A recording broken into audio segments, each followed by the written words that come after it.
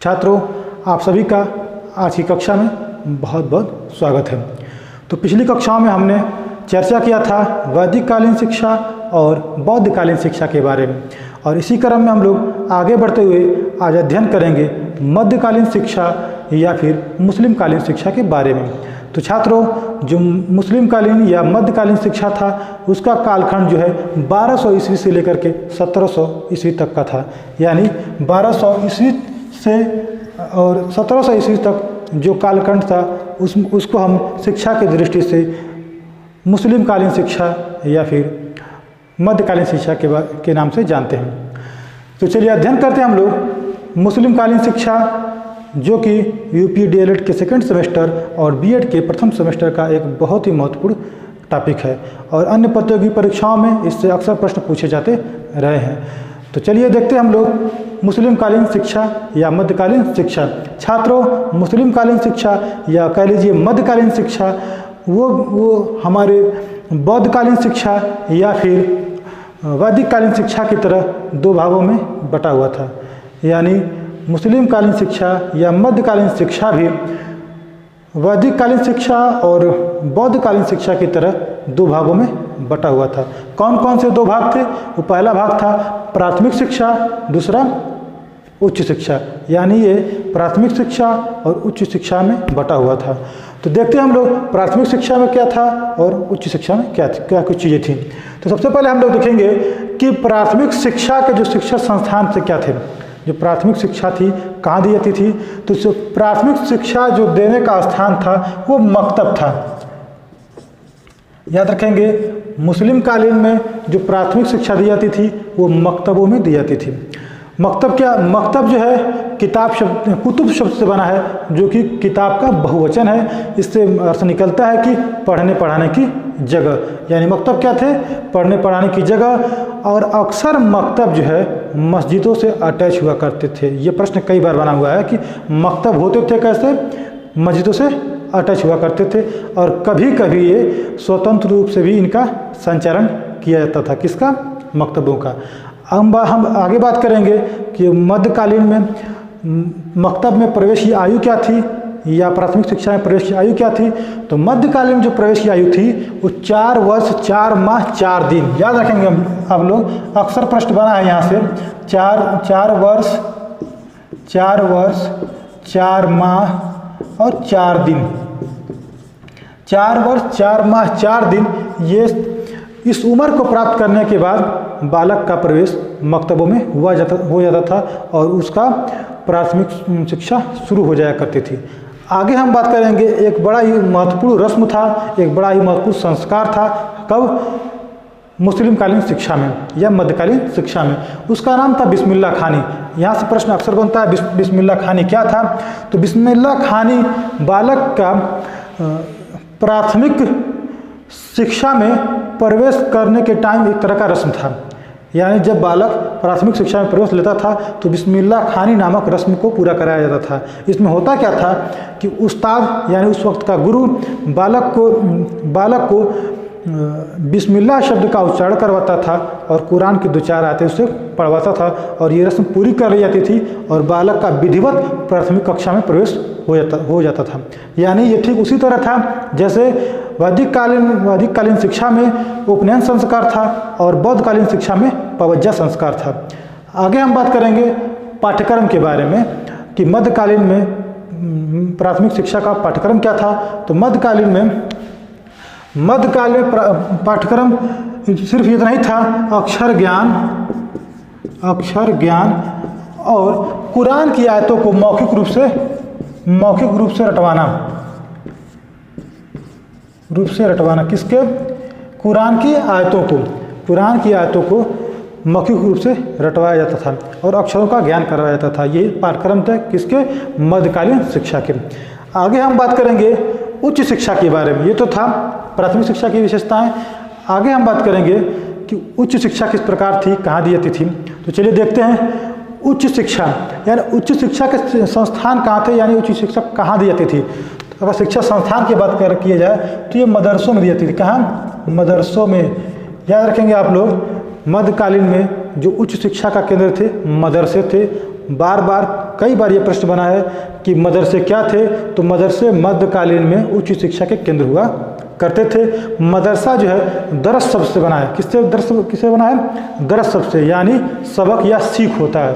दरस का अर्थ क्या होता है? सीख, यानी जहाँ सिखाया पढ़ाया जाए वो क्या होता है? मदरसा हुआ करता था। आगे हम बात करेंगे कि प्रमुख मदरसे कहाँ थे, यानी उच्च शिक्षा के प्रमुख केंद्र कहाँ थे। तो मध्यकालीन में प्राथमिक से उच्च शिक्षा के प्रमुख केंद्र थे लाहौर, याद रखेंगे, यहाँ से प्रश्न बनते हैं। लाहौर, आगरा, दिल्ली और मुर्शिदाबाद। आगरा, दिल्ली, लाहौर और मुर्शिदाबाद मध्यकालीन में उच्च शिक्षा के प्रमुख केंद्र हुआ करते थे। अगले बिंदु की तरफ हम लोग बढ़े तो क्या है? पाठ्यक्रम, यानी उस वक्त पाठ्यक्रम क्या था, क्या कुछ पढ़ाया जाता था किसमें? उच्च शिक्षा में। तो सब अगर पाठ्यक्रम की बात किया जाए उच्च शिक्षा में मध्यकालीन में, तो इतिहास,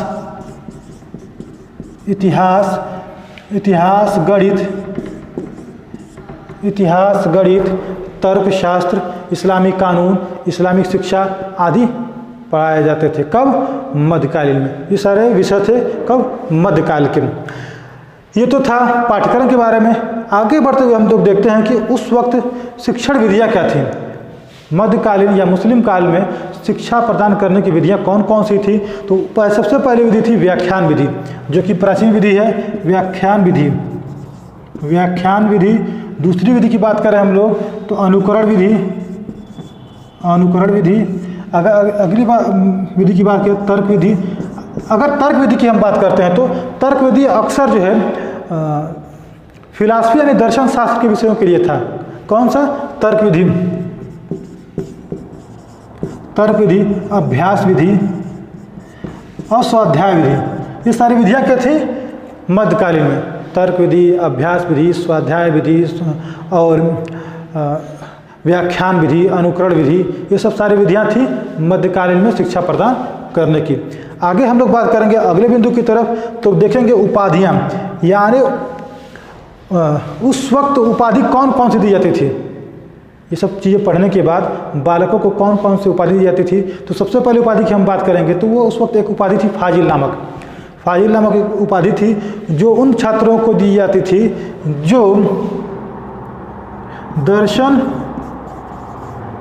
और तर्कशास्त्र में, याद रखेंगे, दर्शन और तर्कशास्त्र आदि विषयों में जो योग्यता हासिल कर लेते थे, उन छात्रों को फाजिल नामक उपाधि दी जाती थी। यानी दर्शन शास्त्र और तर्कशास्त्र विषय में योग्यता रखने वाले छात्रों को फाजिल की उपाधि दी जाती थी। अगली उपाधि का नाम है काबिल। ध्यान से सुनेंगे, अगली उपाधि क्या है? काबिल।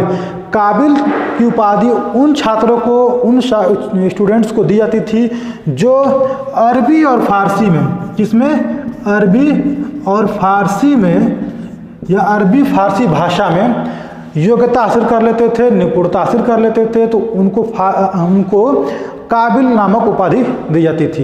ये तो दूसरी उपाधि। अब तीसरी उपाधि की बात करेंगे हम लोग तो वो था आमिल। अब बात करते हैं कि आमिल कौन होते थे। तो आमिल जो छात्र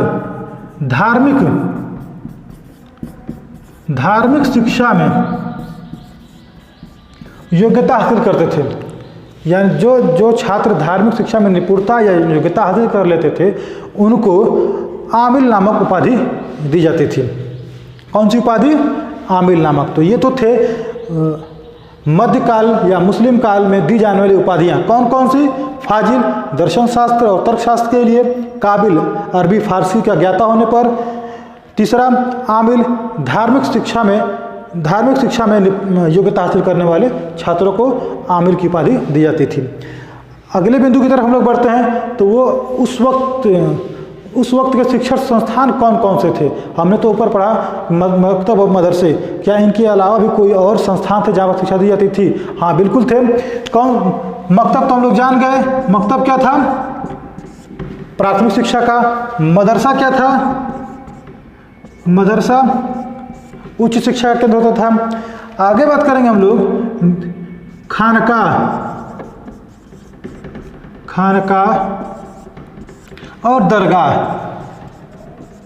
तो खानका और दरगाह जो है अनौपचारिक शिक्षा के केंद्र हुआ करते थे। याद रखेंगे, मकतब और मदरसे ये औपचारिक शिक्षा के केंद्र थे और खानका और दरगाह जो ये अनौपचारिक शिक्षा के केंद्र हुआ करते थे। आगे हम लोग बात करेंगे अनुशासन।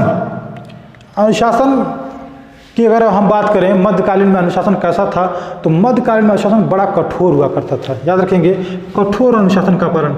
उस वक्त छात्रों को कठोर अनुशासन का पालन करना होता था। अनुशासन को पालन करवाने के लिए कभी कभी उनको शारीरिक दंड भी दिया जाता था। यानी अनुशासन अगर बालक कोई भंग करता है तो उसको शारीरिक दंड भी दिया जाता था। कब? मध्यकाल के शिक्षा व्यवस्था में। तो अगर अनुशासन की बात किया जाए तो क्या था? कठोर अनुशासन था। याद रखेंगे आप लोग, ये प्रश्न अक्सर बनता है। तो मध्यकालीन में जो अनुशासन था, कठोर अनुशासन था। आगे हम बात करेंगे कि उस वक्त जो है शिक्षकों की स्थिति कैसी थी। यानी मध्यकाल में जो शिक्षक थे उनकी स्थिति कैसी हुआ करती थी। तो शिक्षक को उस वक्त क्या बोलते थे? उस्ताद। याद रखेंगे, उस वक्त जो है शिक्षक को उस्ताद के नाम से जाना जाता था, जो कि समाज में उसकी बड़ी इज्जत हुआ करती थी और उच्च स्थान प्राप्त था। अगर हम बात करें छात्र के बारे में, तो छात्रों को उस वक्त जो है शागिर्द कहते थे। याद रखेंगे, ये शब्द अक्सर बनता है कि शागिर्द कौन थे? तो शागिर्द जो है छात्र हुआ करते थे। मध्यकालीन में जो शिक्षा अध्ययन के लिए गए हुए बच्चों को क्या बोलते थे? शागिर्द कहते थे। और शागिर्द जो है अपने उस्ताद को बड़े आदर के साथ उसके सामने पेश आता था और उसकी सभी आज्ञाओं को पूरे आदर के साथ पालन करता था। आगे बात करें हम लोग, शिक्षक और छात्र संबंध कैसे थे? छात्रों और शिक्षकों के बीच संबंध कैसे थे, अर्थात उस्ताद और शागिर्द के बीच संबंध कैसे थे? तो उस वक्त संबंध वैसे ही थे जैसे वैदिक कालीन में गुरु और शिष्य के बीच और बौद्ध कालीन में गुरु और शिष्य के बीच, उसी तरह का संबंध मध्यकालीन में उस्ताद और शागिर्द के बीच हुआ करता था। उस्ताद की बड़ी इज्जत करते थे छात्र और उसके बड़े आदर के साथ उसकी आज्ञाओं का पालन करते थे और इस तरह का कुछ बड़ा मधुर संबंध था। कब? मध्यकालीन में। आगे अंत में हम लोग सब कुछ पढ़ने के बाद देखते हैं किसी क्या क्या विशेषताएं निकल करके आती हैं, यानी कौन कौन सी विशेषताएं थी जो परीक्षा की दृष्टि से महत्वपूर्ण है हमारे लिए। तो सबसे पहले बात करेंगे हम लोग मध्यकालीन जो विशेषताएं थी। मध्यकालीन जो विशेषता थी वो निःशुल्क विशेषता क्या थी? निःशुल्क शिक्षा थी। निःशुल्क मध्यकालीन में शिक्षा क्या था? निःशुल्क शिक्षा व्यवस्था। दूसरी विशेषता बात करें हम लोग तो कक्षा नायकी पद्धति। कक्षा नायकी पद्धति मध्यकालीन में की शिक्षा की व्यवस्था की बात करें हम लोग तो एक तो था ये निःशुल्क शिक्षा व्यवस्था थी, दूसरा कक्षा नायकी पद्धति था और तीसरी विशेषता की बात करें हम लोग तो इसमें धार्मिक शिक्षा और लौकिक शिक्षा यानी धार्मिक शिक्षा और सांसारिक शिक्षा का बड़ा अच्छा समन्वय हुआ करता था। अगले विशेषता की बात करें हम लोग तो इस वक्त जो है व्यवहारिक शिक्षा का प्रचलन था, यानी बालक को जीविकोपार्जन संबंधित भी शिक्षा दिया जाता था। तो ये तो था मध्यकालीन शिक्षा की विशेषताएं। कौन कौन से? निःशुल्क शिक्षा व्यवस्था, कक्षा नायकी पद्धति। कक्षा नायकी पद्धति ठीक उसी तरह था जैसे मॉनिटर आजकल हुआ करते हैं, स्कूलों में मॉनिटर हुआ करते थे। और जो कक्षा का नायक वो अपने कक्षा का सबसे होनहार छात्र हुआ करता था, जो कभी कभी निम्न कक्षाओं के छात्रों को पढ़ाता भी था और गुरु की अनुपस्थिति में कभी कभी उनका कार्यभार भी संभाला करता था, तो उसको कक्षा नायक बोलते थे। तो कक्षा नायकी पद्धति की शुरुआत जो है मध्यकालीन शिक्षा के टाइम से माना जाता है।